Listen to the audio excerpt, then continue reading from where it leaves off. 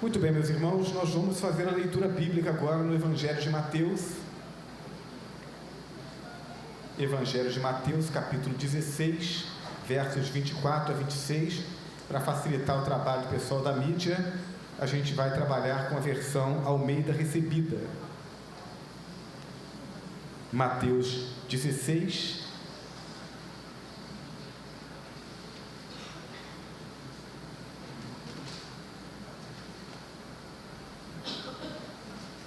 versos 24 a 26.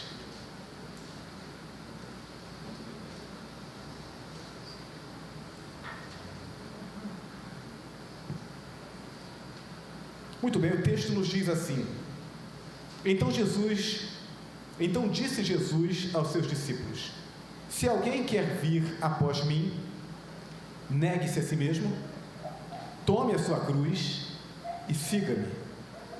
Pois quem quiser salvar a sua vida, perdê-la-á. Mas quem perder a sua vida por amor de mim, achá-la-á. Pois que proveita o homem se ganhar o mundo inteiro e perder a sua vida?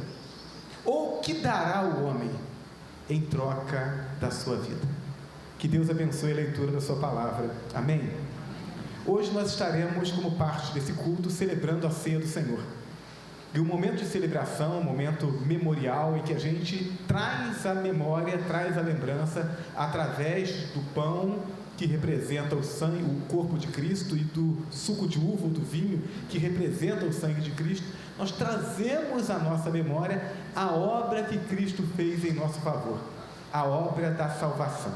Então, nada mais oportuno do que nós falarmos sobre esta salvação, que nos alcança através de Jesus Cristo, nos possibilita participarmos desse culto e participarmos desse memorial, mas também é oportuno falar sobre aquele que nos trouxe a salvação, esse Cristo cuja vida entregue na cruz abre o caminho para que possamos viver uma vida em paz com Deus.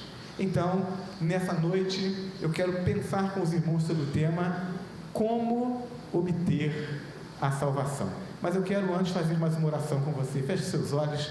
Santo Deus e Pai, pedimos ao Senhor em nome de Jesus que apliques a Tua palavra ao nosso coração. Quando nos reunimos como igreja, nos reunimos como povo remido pelo Senhor, um povo que não tem mérito nisso, um povo que não tem nenhum merecimento, mas que foi alcançado pela graça do Senhor, e que por isso se reúne para celebrar o Deus que é gracioso, o Deus que é amoroso, o Deus que é salvador.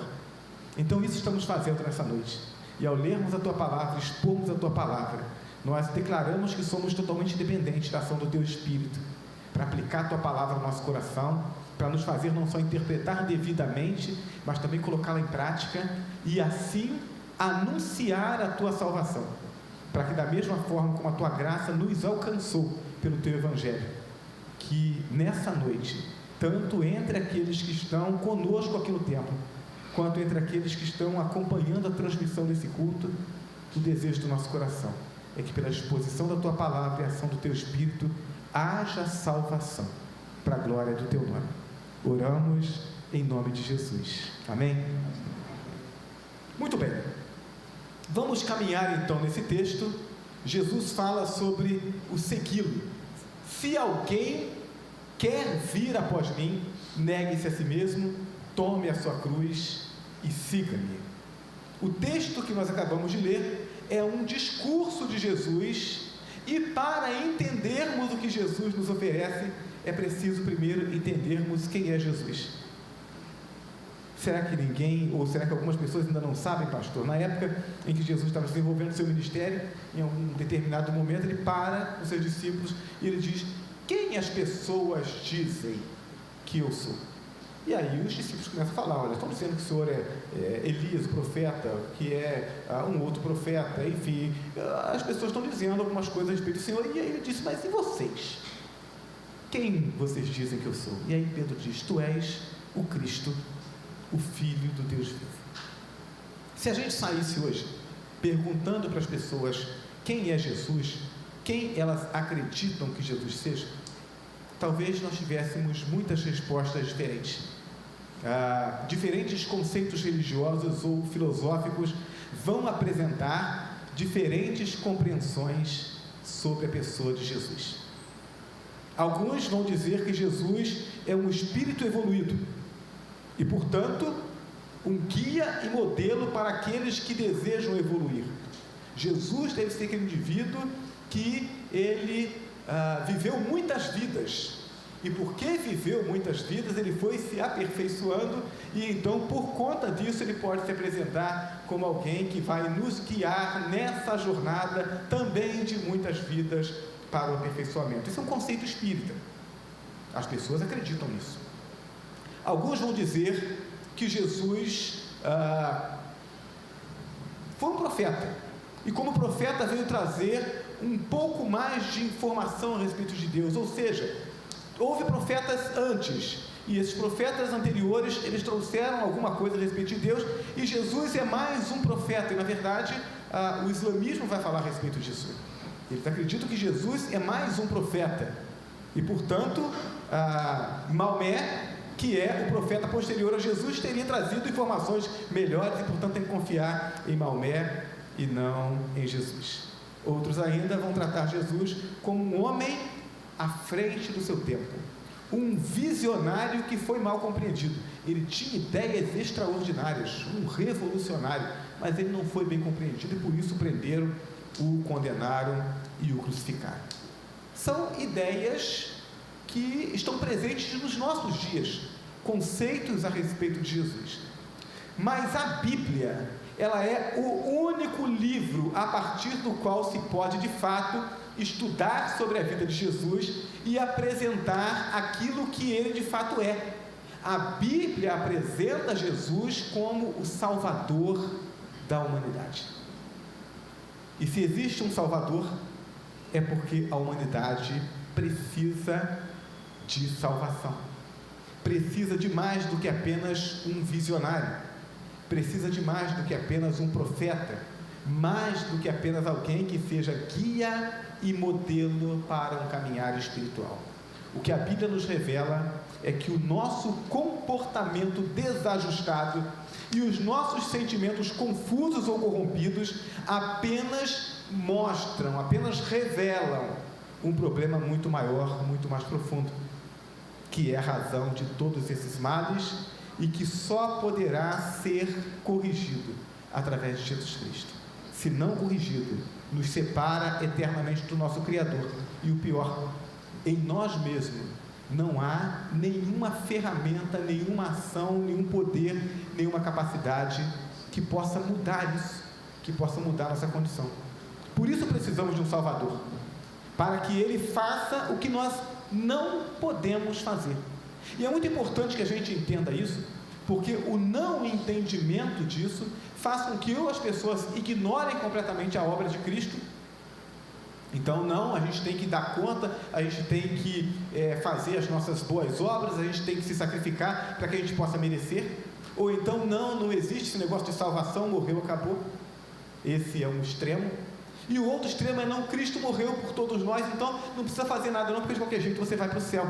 E o que a Bíblia diz é que Cristo fez o que nós não podíamos fazer, mas nós precisamos valorizar aquilo que Ele fez a ponto de fazermos o que nós podemos fazer. Então Cristo deu a vida por nós, Ele abriu um caminho que não existia, Ele pagou o preço do nosso pecado. A salvação agora é possível, ela está à disposição das pessoas, mas ela não alcança as pessoas automaticamente e nem arbitrariamente. A salvação que Cristo conquistou na cruz do Calvário, ela não vai alcançar a sua vida, nem a vida da sua família, de forma arbitrária. Você precisa desejar essa salvação. Você precisa entender essa salvação. E precisa reconhecer Jesus como Senhor da sua vida. Jesus disponibiliza a salvação para todo o mundo, de modo universal. Mas cada um precisa se apropriar dela individualmente. Então, diante dessa declaração, como obter a salvação? Primeiro, o texto no verso de número 25, ele diz: pois quem quiser salvar a sua vida, perdê-la-á, mas quem perder a sua vida por amor de mim, achá-la-á. Então eu quero destacar como primeiro elemento necessário à sua compreensão sobre esse caminho para alcançar a salvação, é que é preciso calibrar a sua escala de valores. É preciso entender aquilo que realmente é precioso e é preciso colocar isso no seu devido lugar. Jesus está dizendo que, primeiro, há algumas pessoas que retêm suas vidas em suas próprias mãos e, acreditando estar resguardando suas vidas, na verdade a estão perdendo. Eu quero cuidar da minha vida, eu quero valorizar a minha vida, eu quero proteger a minha vida, eu quero investir na minha vida porque eu mereço ser feliz. E eu tenho dito, essa semana inclusive falei sobre essa frase numa conversa com dois grandes amigos, e eu disse, essa frase é o prenúncio da desgraça, porque eu, quando faço essa afirmação, eu estou acreditando que as minhas escolhas, que os meus esforços, que as minhas estratégias podem garantir a minha felicidade. E o que a Bíblia está dizendo é que aquele que se esforça dessa forma, acreditando que pode conquistar e pode conservar e pode promover a sua própria felicidade, segurança e vida eterna, perde a sua vida tentando segurar. Mas Jesus também diz nesse texto que há outro grupo que, por amor e gratidão a Deus, não se importam em perder a vida. Esses, na verdade, a estão salvando, pois estão investindo em algo que é eterno. Quando eu entendo que fazer a vontade de Deus é mais importante do que cuidar dos meus interesses, na obediência e dedicação a Deus, eu descubro uma felicidade que não pode ser encontrada de outra forma. Eu conversava há um tempo atrás com uma administradora de uma padaria, e ela me falava, eu não sabia disso, né, até aquele momento, ela me falava sobre o quanto ela gastava para que uma empresa especializada, de forma sistemática, visitasse a padaria dela e aferisse a balança. Eu não sei quantos de vocês sabem que isso é feito, mas sistematicamente uma empresa especializada precisa ir lá, aferir a balança e dar a declaração de que aquela balança está certinha, calibrada, para que tenha a certeza, para que os órgãos fiscalizadores tenham a certeza de que ela não está usando de 2 pesos, 2 medidas, que está de alguma forma ludibriando os seus clientes. Para terem segurança do resultado que buscam, o referencial precisa ser perfeito. E é isso que essa empresa faz quando ela afere aquela balança. Então, para que o resultado seja certo, seja do jeito que se quer, para que os esforços não sejam em vão, o referencial tem que ser perfeito. Muitas pessoas que buscam investir, por exemplo, no mercado financeiro, eu já andei estudando esse negócio, é um negócio complicado. Algumas pessoas têm cabeça boa para isso, outras, eu estou no outras, né? Não consegui caminhar muito bem nesse negócio não. Mas muitas pessoas perdem dinheiro no mercado financeiro, não por fazerem alguma operação errada, por terem errado na ação que fizeram, mas perdem dinheiro porque receberam a informação errada. E aí acreditam que a coisa está indo numa direção e ela está indo em outra, e ele faz todo o movimento certinho, mas em cima de uma informação errada, e aí ele perde dinheiro. A informação tem que ser verdadeira, senão o fracasso é certo. Sabendo disso, mesmo assim, permitimos que pessoas que vivem uma vida tanto espiritualmente quanto socialmente fracassadas estabeleçam padrões para a nossa vida. É assim que o ser humano vive no dia a dia. A gente pega conselhos para tentar chegar em um lugar onde a pessoa que nos está aconselhando nunca chegou lá. A gente pede orientação para conseguir conquistar alguma coisa, e a pessoa que nos está aconselhando, ela já tentou de várias formas e nunca conseguiu chegar. Gente, tem alguma coisa errada com isso. Tem alguma coisa errada com a maneira como estamos nos conduzindo. A gente quer ir para o céu. Você pergunta quantas pessoas querem ir para o céu, dificilmente você vai achar alguém que diz, não, eu não quero ir. Até aquele que se diz ateu, diz assim, olha, eu sou ateu, mas se o céu existir, eu quero ir para lá. Mas aí a gente pega e busca se aconselhar, e busca se orientar, e busca se deixar inspirar por aqueles que nunca conseguiram ser prósperos, serem assertivos nessa caminhada. Como é que a gente pode fazer uma coisa assim? Como é que a gente tem coragem de viver desse jeito e achar que está acertando? Pessoas fracassadas como pais, cônjuges, filhos, cidadãos, estão apresentando uma fórmula egoísta para alcançar a felicidade, e a gente vai atrás disso. Há um ditado popular que diz que não vale a pena gastar sal com carne podre. A gente gasta só com carne boa, para que ela não apodreça. Depois que apodreceu, não adianta jogar sal. O mundo que nós vivemos está condenado. Tudo está se corrompendo. Será que é no mundo que a gente precisa investir? Ou será que é na eternidade? Jesus está chamando a nossa atenção para isso. Se você quiser ganhar sua vida, quiser investir o melhor de você para conquistar as coisas desse mundo, você vai se perder. Mas se você abrir mão dessa vida por amor a mim, você vai ganhar a sua vida. Em Provérbios 14, verso 12, a Bíblia diz: há um caminho que ao homem parece direito, mas o fim dele conduz à morte. Todo mundo está dizendo, olha, é por aqui, e aí a gente pergunta assim, mas quem é que já chegou lá? Não, ninguém chegou ainda, mas é por aqui. E aí você vai e acredita. Parece que é certo, porque todo mundo está indo, né? Siga o fluxo. Mas o fluxo espiritual desse mundo está caminhando para o inferno. Há um único caminho para a salvação. A Bíblia diz, esse caminho é Jesus Cristo. Jesus já habita no seu coração, Jesus já habita na sua vida, Ele já se estabeleceu, ou você já o estabeleceu como esse referencial, através do qual você busca o caminho da salvação. Precisa fazê-lo, porque para que a gente possa alcançar a salvação, é preciso calibrar ou recalibrar a nossa escala de valores. Jesus tem que ser o referencial.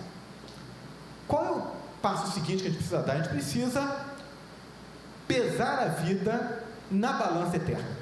E aí, o verso de número 26, ele chama a nossa atenção para isso. Ele diz, pois, que aproveita o homem ganhar o mundo inteiro e perder a sua vida? Ou que dará o homem em troca da sua vida? Precisamos pesar a nossa vida na balança eterna e não na balança desse tempo curto de vida.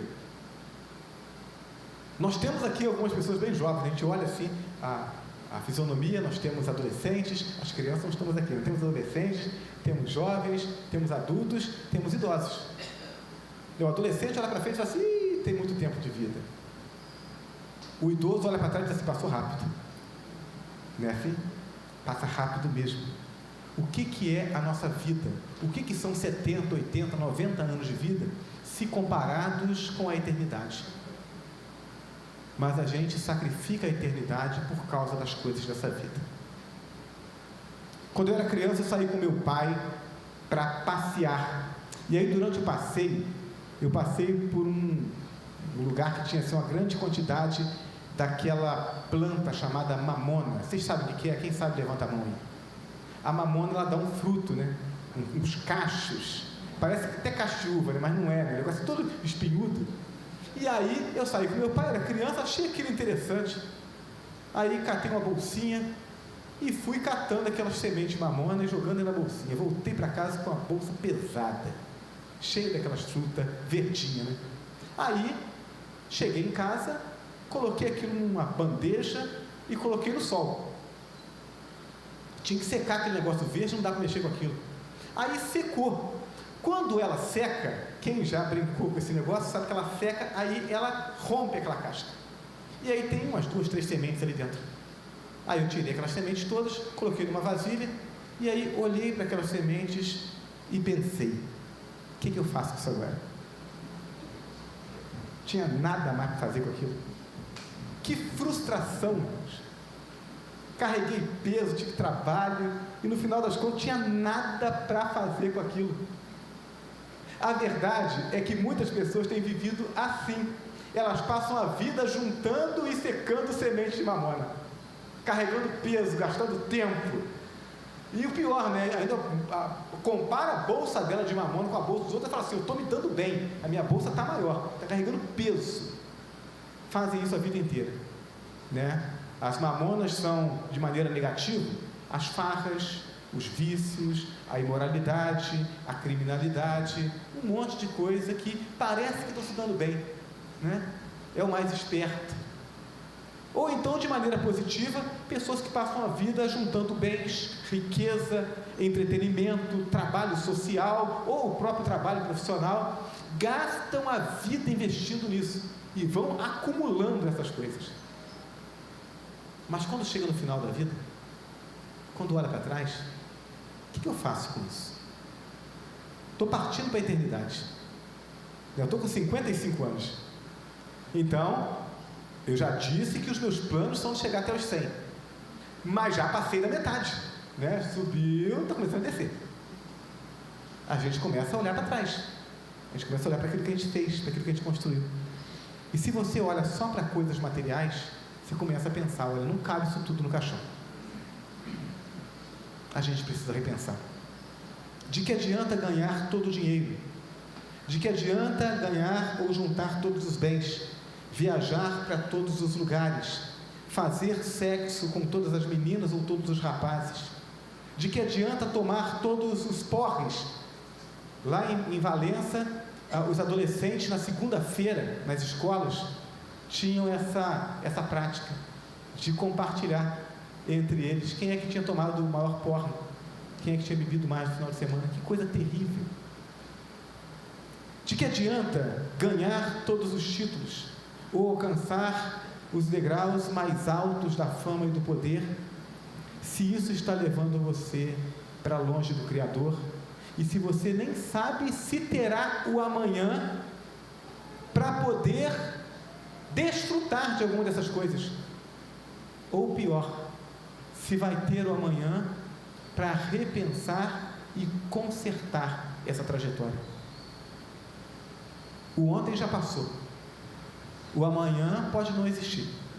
O que eu tenho é o hoje. Hoje eu tenho a oportunidade de tomar a decisão, de mudar a vida. A vida vai passar e nada disso poderá ser levado para a eternidade.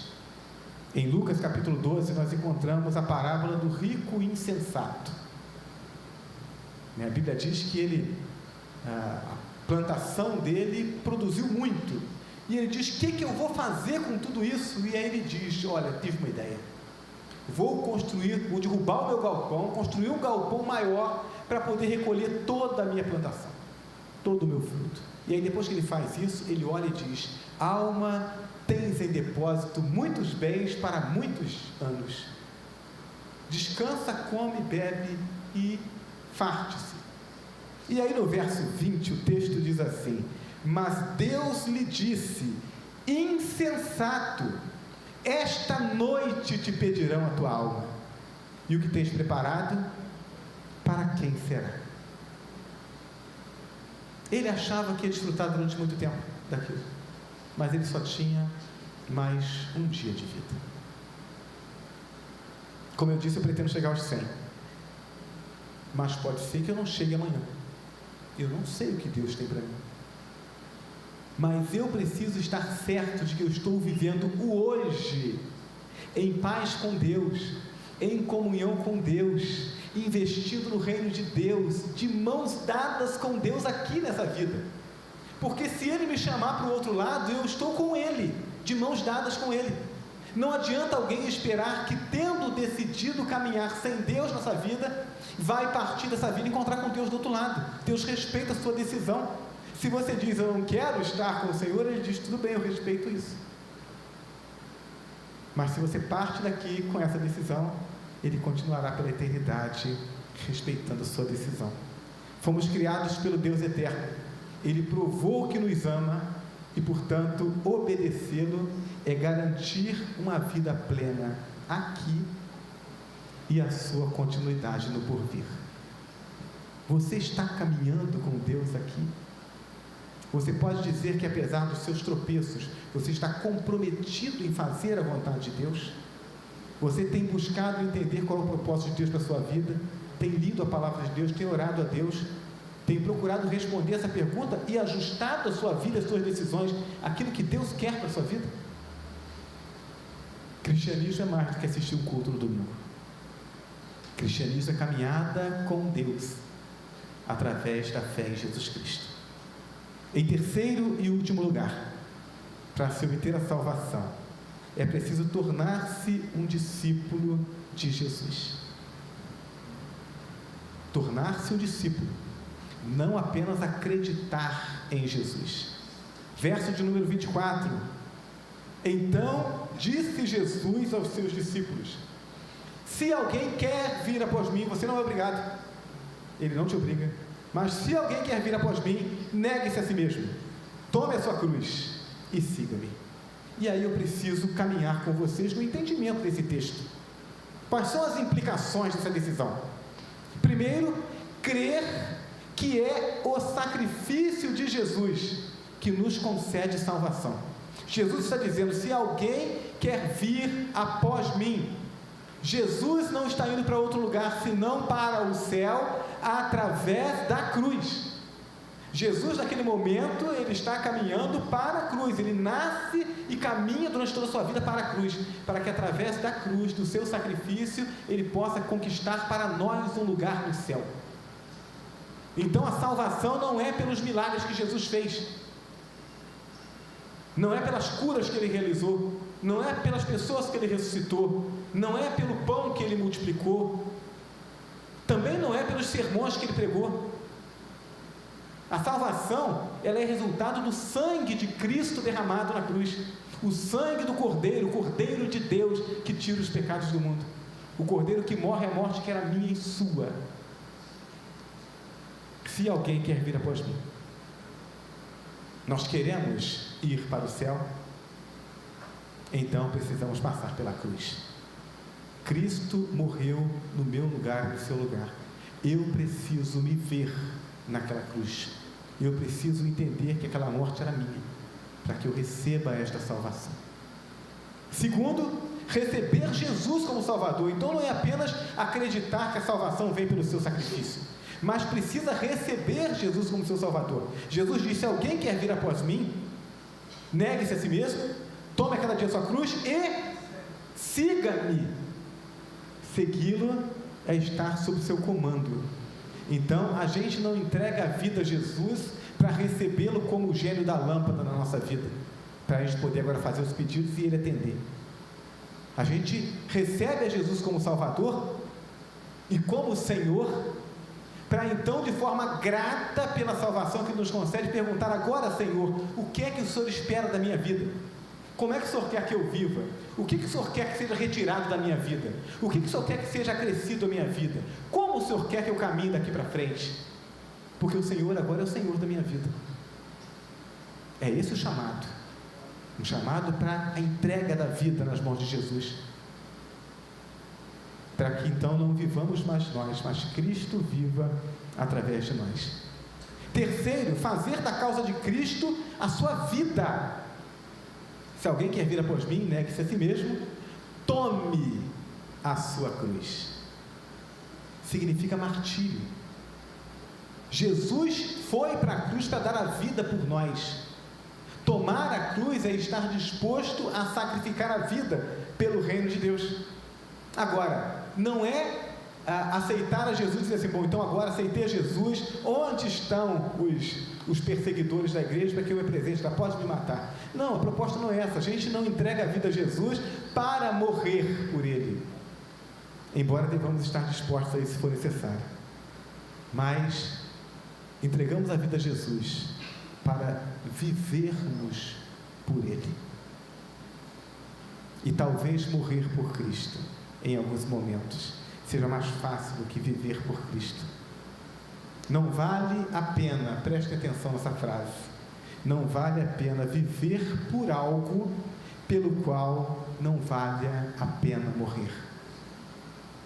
Então, se Cristo, se o Evangelho de Cristo, se a proposta do cristianismo, ela não for importante o suficiente para você, para que você seja capaz de morrer por isso, você não conseguirá viver por isso também.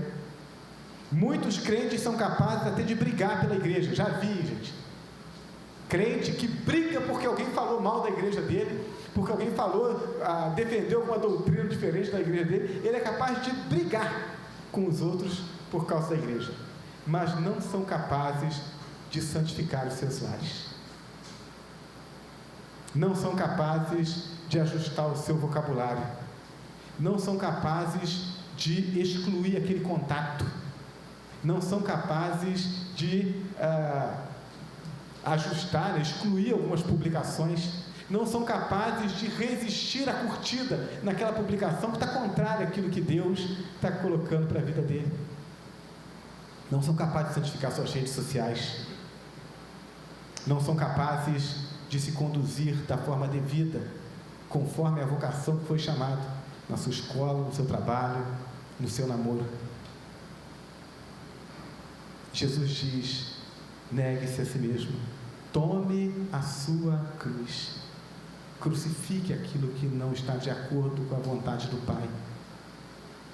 Por fim, é necessário colocar a vontade de Cristo acima da nossa.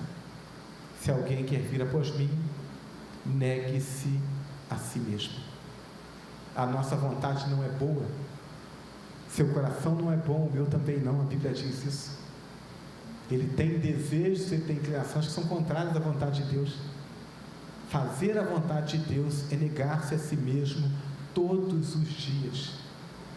Então o cristianismo não é aceitar Jesus, agora só tem pensamento bom, só tem desejo bom. Não. O cristianismo é você aceitar a Jesus e no momento seguinte você ser tentado a fazer algo contrário à vontade de Deus. E aí você dizer assim: olha, estou mesmo com vontade, sou sincero, mas agora Cristo é Senhor da minha vida.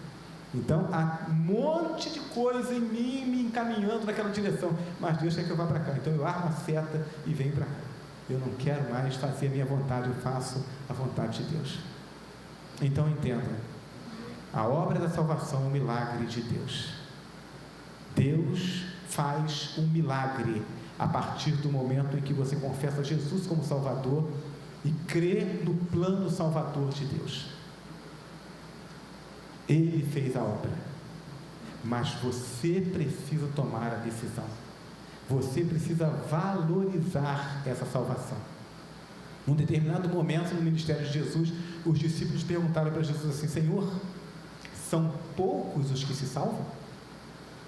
E aí Jesus disse: esforcem-se por entrar pela porta estreita, porque muitos tentarão e não conseguirão.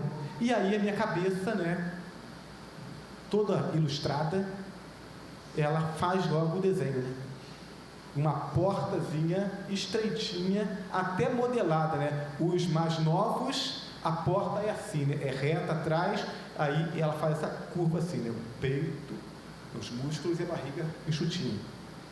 Depois que a gente passa dos 50, o desenho é o contrário, estreita em cima e faz a curva da barriga que vai crescendo, mas é a nossa conta. E aí esse indivíduo que quer passar por ali, ele está cheio de mochilas, as mochilas dos egoísmos, dos prazeres da carne, aquela coisa toda. E aí Jesus diz: olha, está aqui a porta, não dá para passar com bagagem. Aí Jesus diz: poucos são os que têm coragem de tirar tudo, não preciso de nada disso, como disse Paulo, considero tudo como esterco, jogo tudo fora para que eu possa ganhar Cristo, e passa só Ele. E os outros vão tentar passar levando a bagagem, tentarão e não conseguirão. Jesus quer salvar a sua vida, Jesus quer transformar a sua vida, e Ele quer ter a oportunidade de mostrar para você que com Ele a vida é muito melhor do que com qualquer outra coisa que você tem nesse mundo.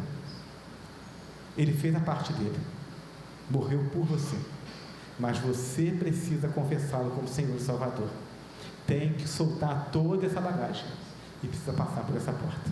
É esse o convite que Ele faz a você nessa noite. Você deseja passar por essa porta? Você deseja ser transformado por Cristo? Você deseja experimentar o cumprimento dessa promessa que Ele tem para a sua vida e que tantos já experimentaram e testemunham que é bom demais. Você pode fazer isso nessa noite. O milagre é a parte de Deus. O plano de salvação, Ele já providenciou, a porta está aberta. Você só precisa dar ok para Ele, dizer: Senhor, pode fazer. Ele quer fazer, mas Ele só fará se você permitir. Eu quero convidar a igreja a fechar os olhos nesse momento. Nós vamos orar. Mas eu quero, antes de orar com a igreja está orando por você, todo crente que está presente aqui, ele está orando por você que ainda não viveu essa experiência com Cristo, mas você precisa tomar a decisão. Então, se você deseja entregar a sua vida a Jesus, eu quero convidar você a fazer essa oração comigo.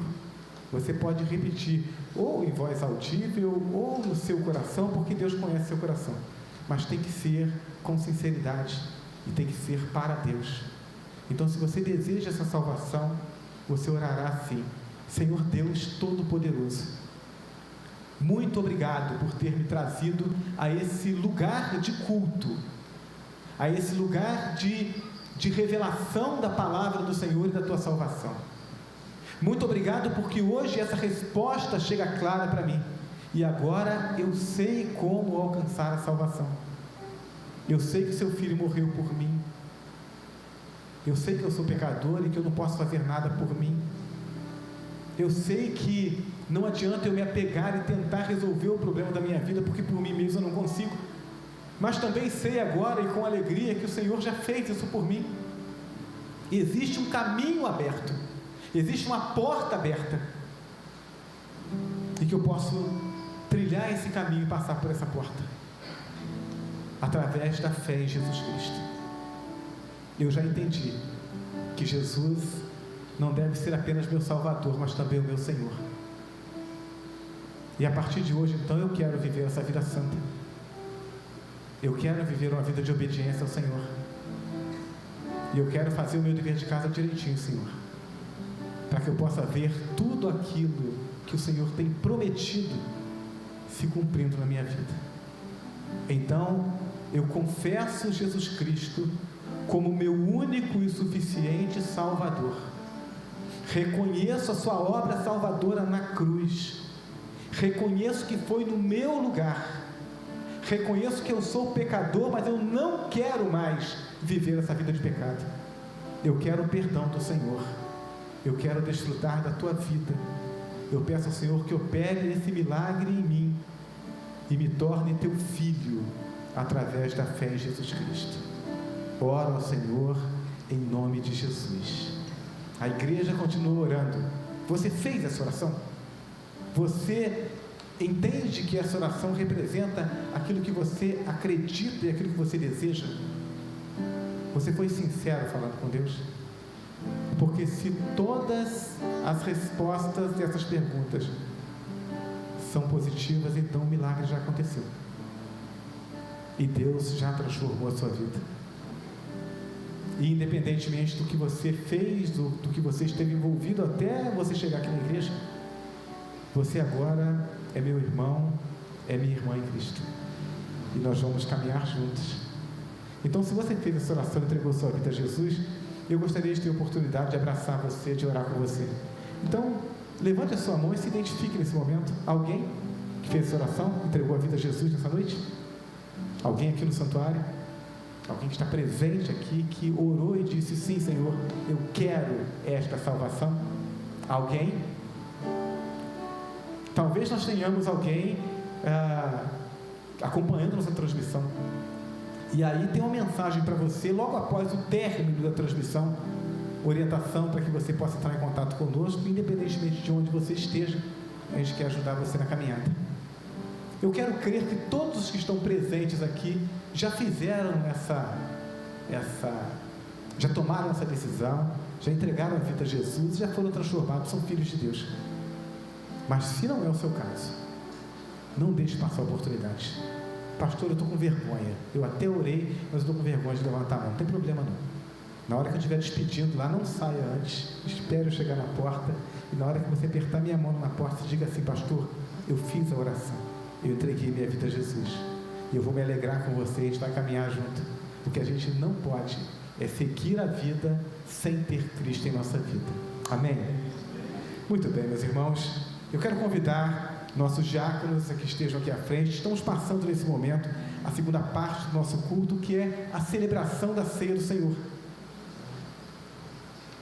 Enquanto os nossos diáconos se encaminham aqui à frente para nos ajudar na distribuição dos elementos, eu quero compartilhar com os irmãos 1 Coríntios, capítulo 11.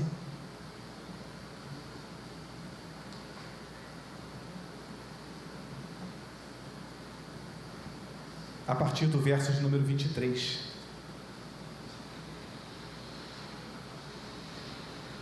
Primeiro aos Coríntios, capítulo 11, a partir do verso 23.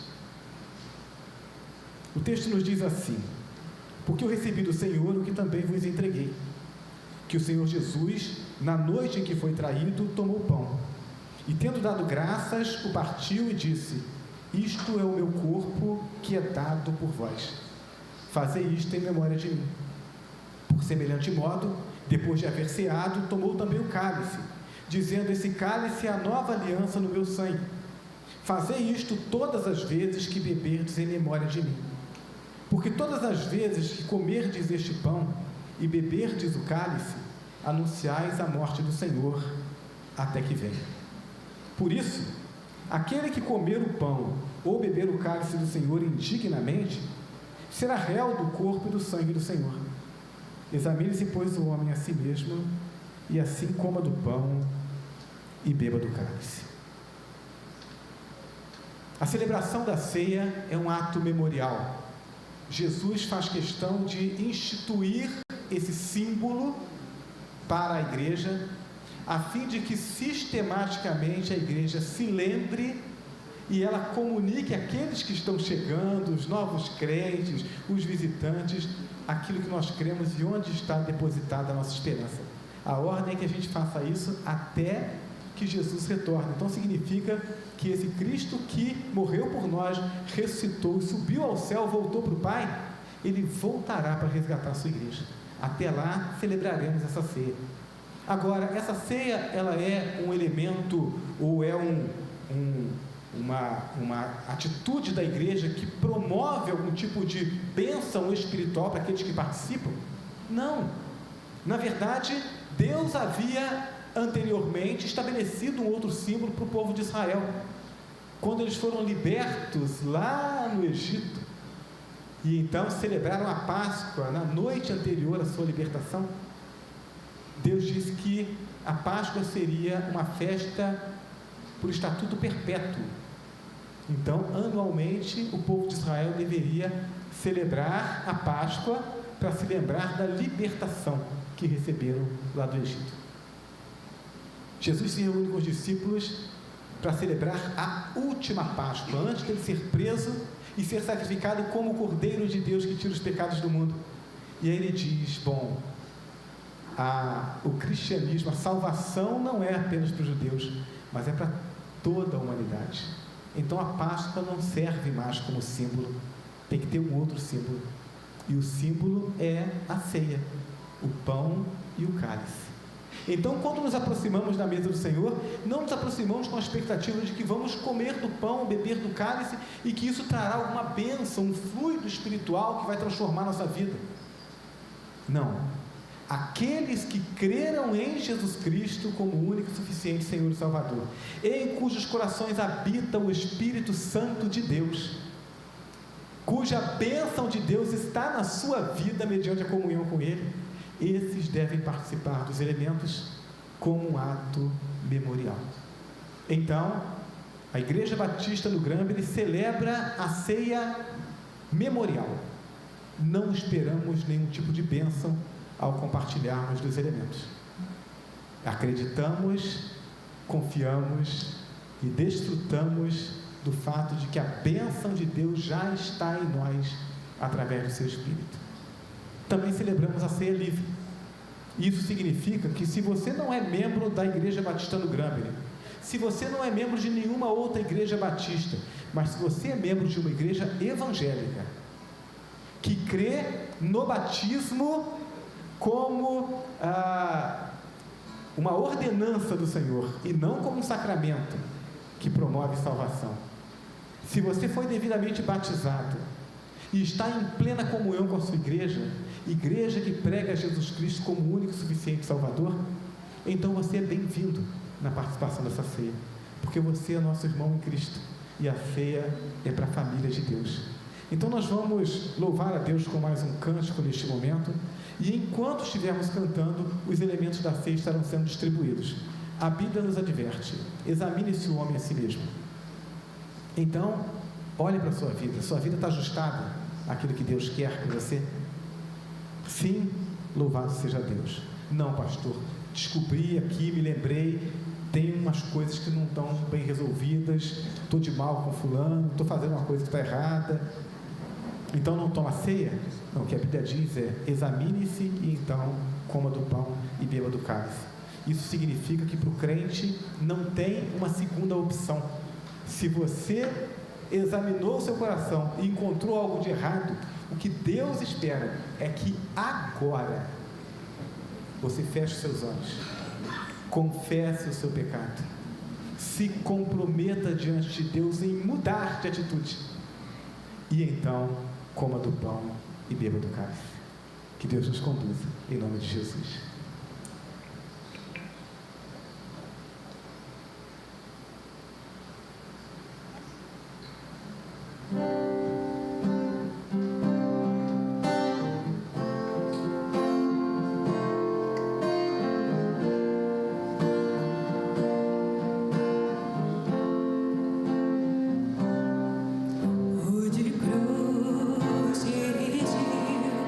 Nela o dia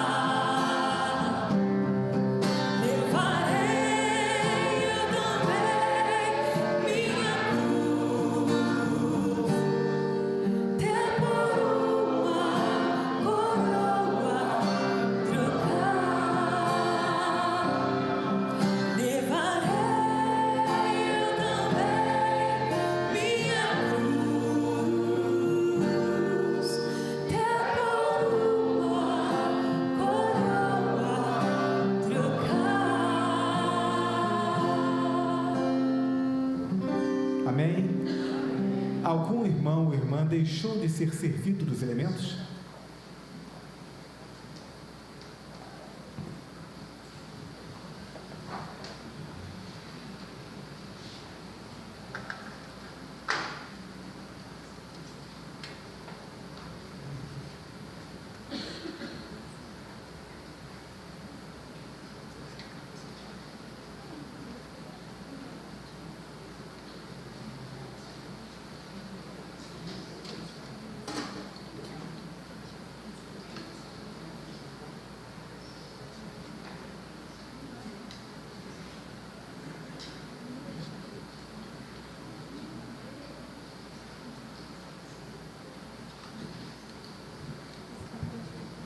Lemos assim a palavra do nosso Deus. Porque eu recebi do Senhor o que também vos entreguei, que o Senhor Jesus, na noite em que foi traído, tomou o pão e, tendo dado graças, o partiu e disse: isso é o meu corpo, que é dado por vós. Fazei isto em memória de mim, em memória do sacrifício de Cristo na cruz, em memória da entrega do seu corpo, para que, pelo seu sacrifício, nós pudéssemos ter vida. Em memória deste sacrifício, comamos todos do pão.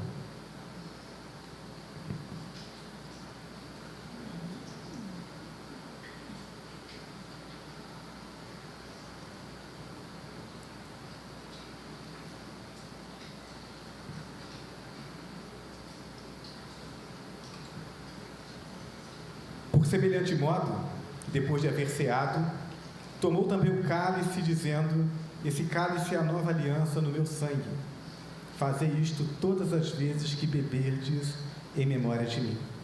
Em memória do sangue de Cristo derramado na cruz, o sangue da nova aliança, através do qual somos recebidos diante de Deus, não pelos nossos acertos, mas pela graça de Deus mediante a fé em Jesus Cristo. Em memória deste sangue, tomemos todos do cálice.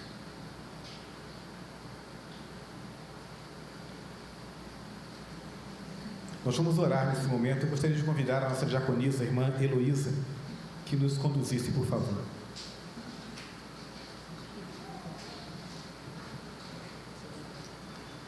Santo eterno Deus, louvado seja o nome do Senhor. Amém.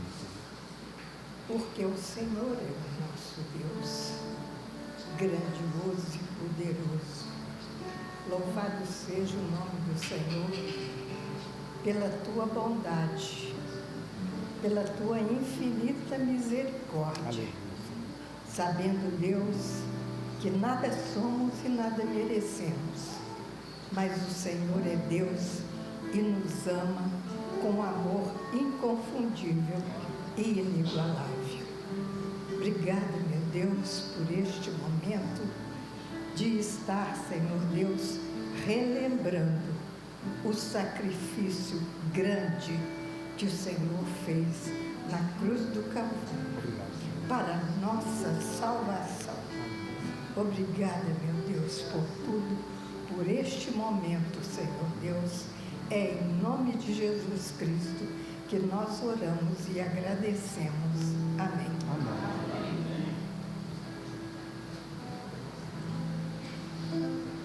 Muito bem, irmãos, estamos chegando ao final do culto. Mas nós temos ainda uma parte. No domingo passado nós tivemos a programação das crianças e aí, nós tivemos assim aquele congestionamento de criança aqui no final, uma bênção, mas a gente não pôde orar pelos aniversariantes. Então hoje a gente vai fazer assim pelas 2 semanas.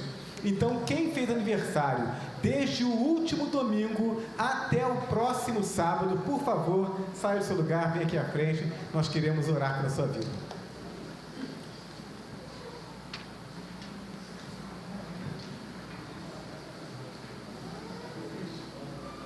E a gente precisa ser grato, irmãos, por isso. Deus vai nos abençoando, vai nos dando vida, e se você vive mais um dia, então isso dá a você oportunidade de realizar a obra de Deus, de abençoar mais alguém, de falar da salvação. Então a gente precisa celebrar, precisa se alegrar, porque mais um dia de vida para o crente é mais uma oportunidade de edificar a igreja, de abençoar o reino de Deus. Então a gente precisa se alegrar mesmo e precisa agradecer. Olha que bênção.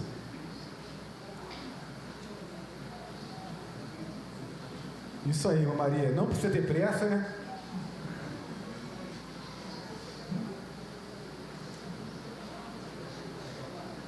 Amém, irmãos? Tem mais algum aniversariante do domingo passado até o próximo sábado? Então agora eu quero convidar você que chegou a Vânia. Amém. Você que vinha pedindo a Deus uma bênção diante de uma luta, diante de um desafio, e que nos últimos dias o Senhor respondeu a sua oração. Você quer então vir aqui à frente para agradecer a Deus junto com a igreja? Se você está vivendo isso, sai do seu lugar, vem aqui, a gente quer se alegrar junto com você.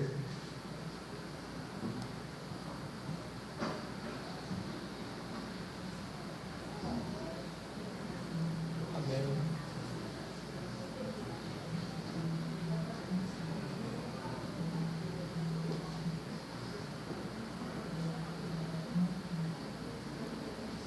Há orações que foram respondidas em algumas semanas, outras em alguns anos, mas Deus está sempre respondendo às nossas orações, e nós louvamos a Deus por isso.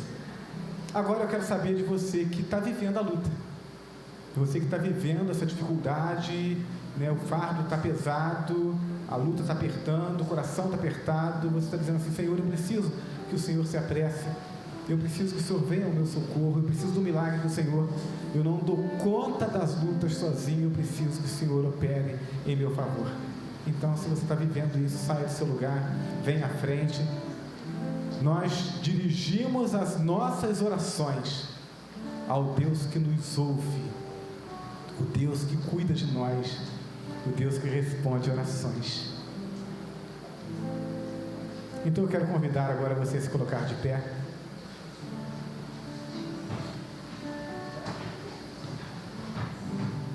Antes de orar, eu quero apenas trazer mais uma informação a respeito da nossa classe de integração. Eu bati uma foto hoje, a classe hoje estava linda, irmãos. Aliás, ela tem estado linda todos os domingos, né? Mas hoje estava assim bem assistida, novos alunos. Mas aí a empolgação foi tanta que eu olhei e falei assim: a imagem está meio embaçada, deve ser a minha emoção, né? A vista está embaçada, mas na verdade não era a lente que estava suja e ficou embaçada. Mas a foto fica embaçada, mas a classe não fica, a classe está uma bênção. E eu quero dizer que essa classe, ela tem como objetivo estar ajudando as pessoas que estão chegando para a igreja, primeiro a entender como é que a igreja crê, como é que a igreja caminha, segundo, para poder estreitar nossos laços de comunhão, ajudar você nessa integração. Então, se você está chegando para a igreja, olhou para a igreja, essa igreja é boa, hein? Né? Povo bonito, povo simpático, acolhedor, eu quero servir a Deus através dessa igreja. Então você precisa estar na nossa classe de integração.